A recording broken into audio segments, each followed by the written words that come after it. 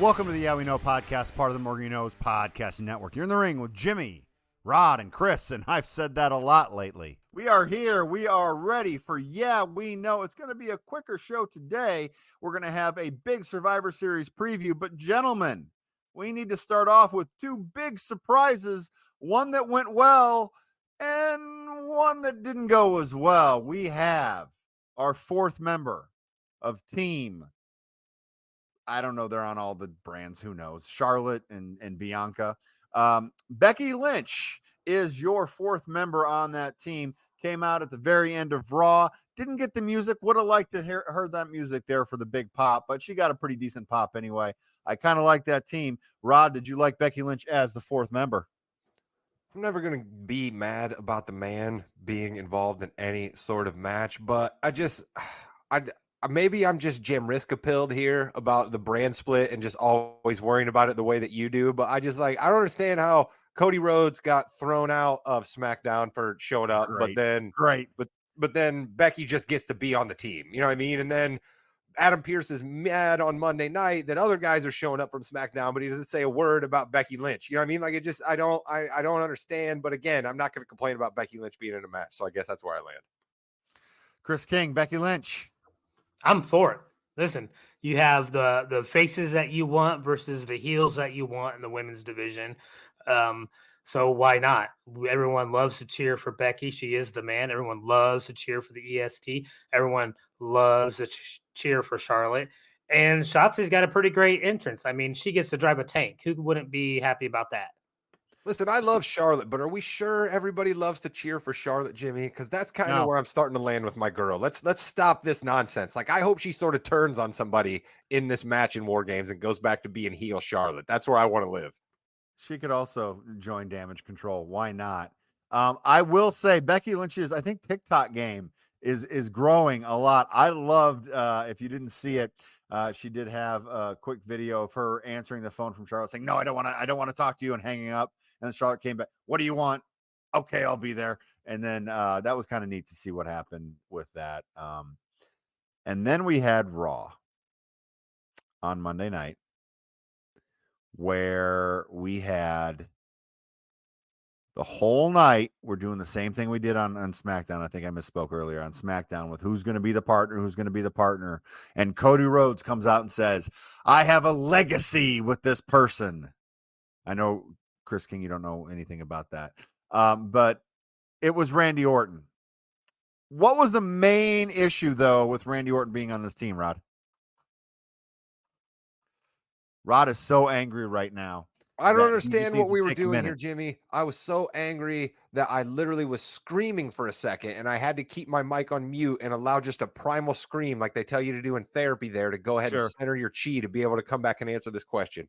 The greatest thing about wrestling is entrance music and pops, okay? The easiest way to sell this product to someone that does not get involved in the day-to-day ins and outs, dirty business of the storylines like all of us do, and the past championship winners and the lineage and all of that stuff. The easiest way to sell wrestling to them is, here comes someone, crowd go crazy for that someone. You should think this someone is a big deal because look at all of these people who love and adore this person. And we were completely robbed of that, man. And it's another reason I hate CM Punk, because this is all his fault. If people didn't think CM Punk was coming back in Chicago, they wouldn't have had to do a bogus Cody Rhodes gives away Randy Orton with Randy Orton not being there.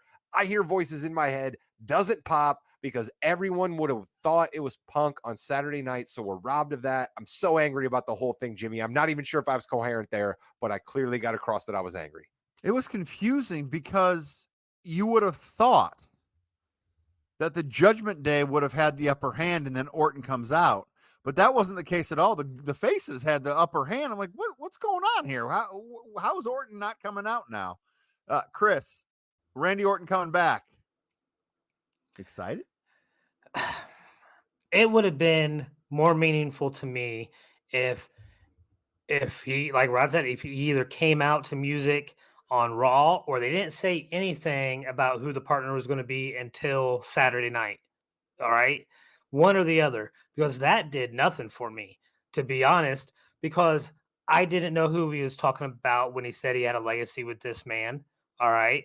I didn't understand the reactions of the faces of these people that they were showing because I've never seen this guy. And one thing that wrestling has to remember is there are a lot of kids that have just gotten into it in the past year or so. They don't know all of this stuff. They haven't, but you bring him out, maybe they recognize him from promos or something else that they've seen on YouTube. But just hearing Cody talk about him, they don't know. I didn't know. So it was very confusing. It was. I agree with you. I think both of them could have been done better. Becky Lynch's music should have hit. That place would have gone just crazy, and they should have brought Randy Orton out. They really should have. They missed an opportunity there. Who knows why? But they did. Now they had to announce him as the fifth partner, though. No matter what you say, they had to do it because the last thing you want a Chicago crowd is usually a pretty raucous crowd. Which is a good thing. You want that in wrestling, but you do not want CM Punk chants the entire night thinking it's CM Punk, and then Randy Orton's music hits and they don't give him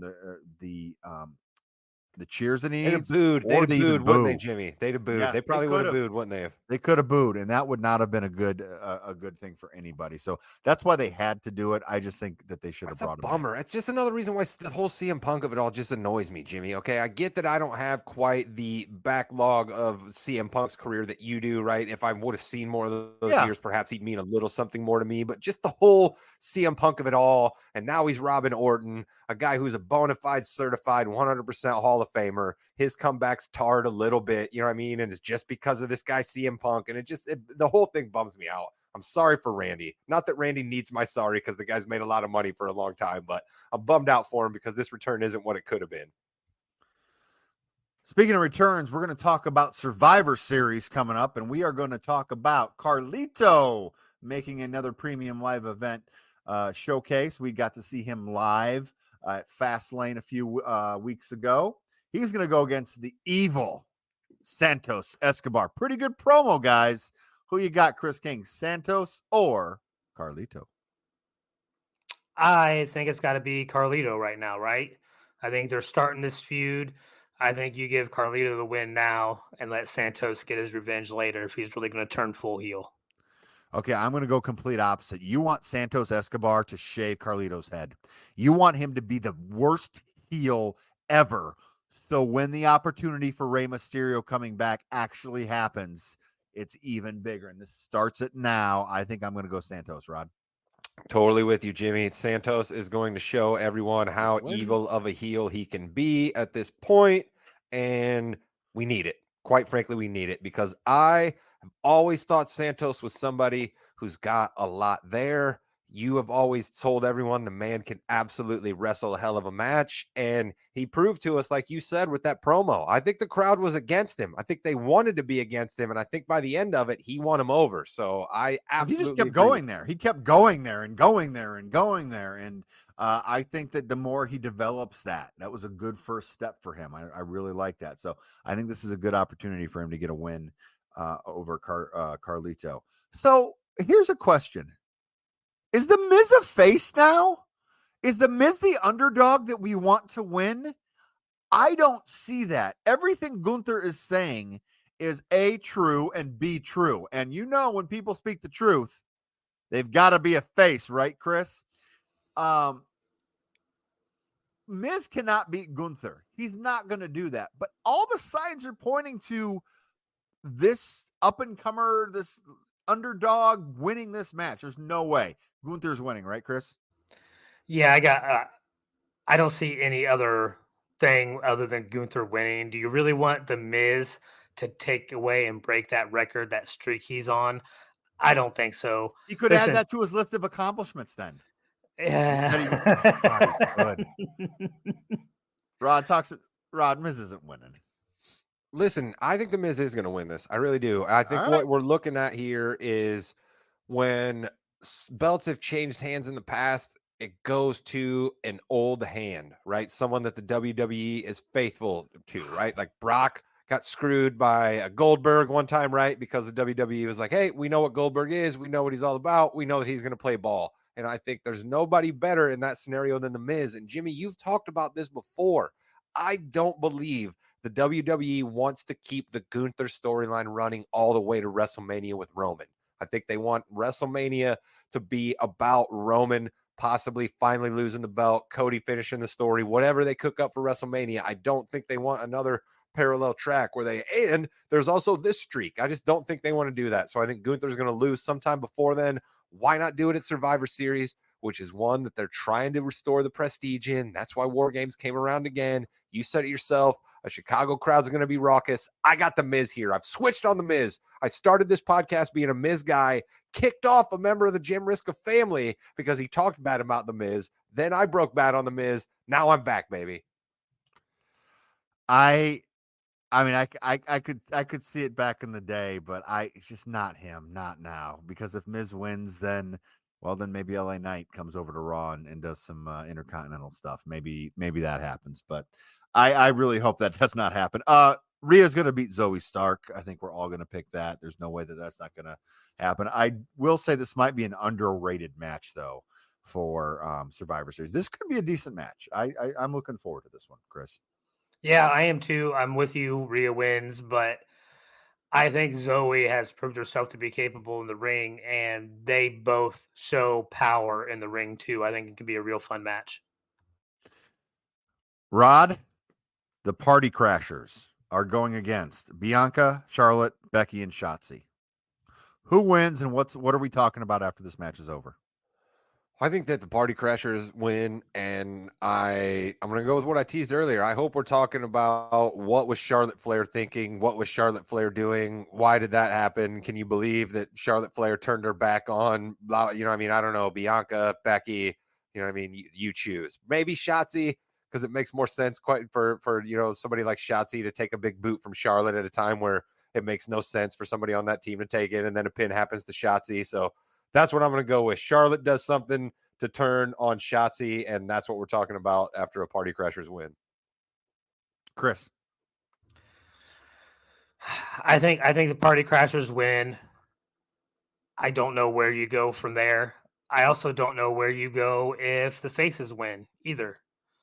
I got you. I don't. Okay, because I'm not sure which way they go, but I think Party Crashers win. All right, I think the faces are going to win, and I think this is the end. This is the beginning of the end of Bayley with Damage Control and the Party Crashers. I think we saw some seeds being sown this past couple of weeks. I think somehow Bayley costs them this match accidentally, but she will start getting out, and I think Bianca gets a pin on Io Sky. Damn it, Jimmy, you're right. Damn it. I like my Charlotte thing because, again, it's all about me, and I want to see Charlotte go back to being a heel. But that's definitely what's going to happen, listeners. You should bank on that one. All right, Chris King, I'm going to give you 30 seconds to talk about your man crush on Drew McIntyre's segment from Monday Night Raw. I mean, what do you want to know? I mean, did he not go out there and just speak the truth? He was completely honest the entire night. He does not like the Judgment Day. He is not a member of the Judgment Day. He is only in this so he can beat up Jey Uso some more, which he, in my mind, has every right to do. He is not a member of the Judgment Day, but I'm going to join their team. Rod, I applaud Chris King for his candor. I noticed he had a big smile on his face during that entire time. But the heel Drew McIntyre and Judgment Day are going against Cody Rhodes, Jey Uso, Sami Zayn, Randy Orton, and Seth freaking Rollins. Who you got in this one? I got the faces here, and I think that we are going to see Seth Rollins' next opponent materialize out of this match, right? Something's going to happen that we're going to, oh no, now these two guys got to go up against each other at Royal Rumble because Seth's not going to be in the Royal Rumble as the belt holder. So he's got to have somebody, right? So I think that's what we're going to get here. So give me the faces winning and somebody from Judgment Day side shows themselves in the match. Perhaps Damian Priest, I guess, right? Because we've seen Finn and Seth, and we've seen Seth with Drew recently as well. So I guess I'm saying Damian Priest here, but give me the faces winning. Okay, Chris King.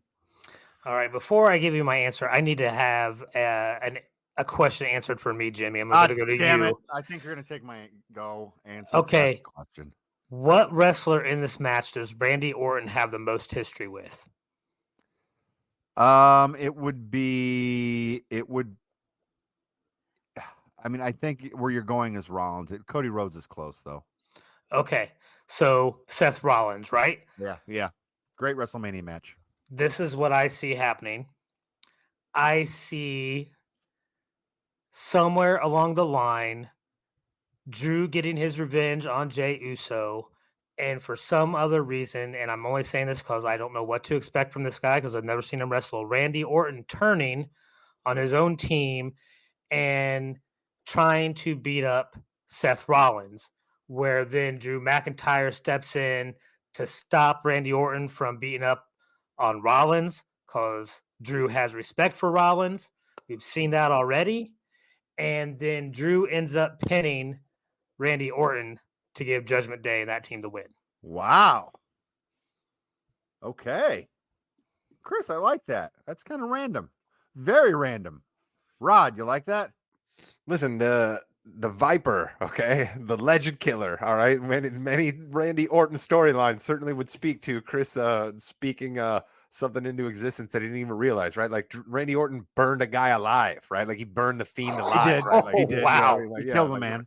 Randy Orton has delivered stunners to, or I mean, not stunners, RKOs to numerous. Excuse me, rookie. I'm so sorry. I know. To numerous females over the years in the ring, right? Like Randy Orton has done many a terrible thing. So yeah, him turning is absolutely. I think I like what you said there, Chris. I really do believe one of these matches we're going to see somebody turn. I selfishly picked the Charlotte Flair match, but you could be right that we're going to see somebody turn in the men's match because I think we're going to have to see it out of one of the two matches, Jimmy. We're going to have to see some sort of chicanery. Something crazy is going to have to happen.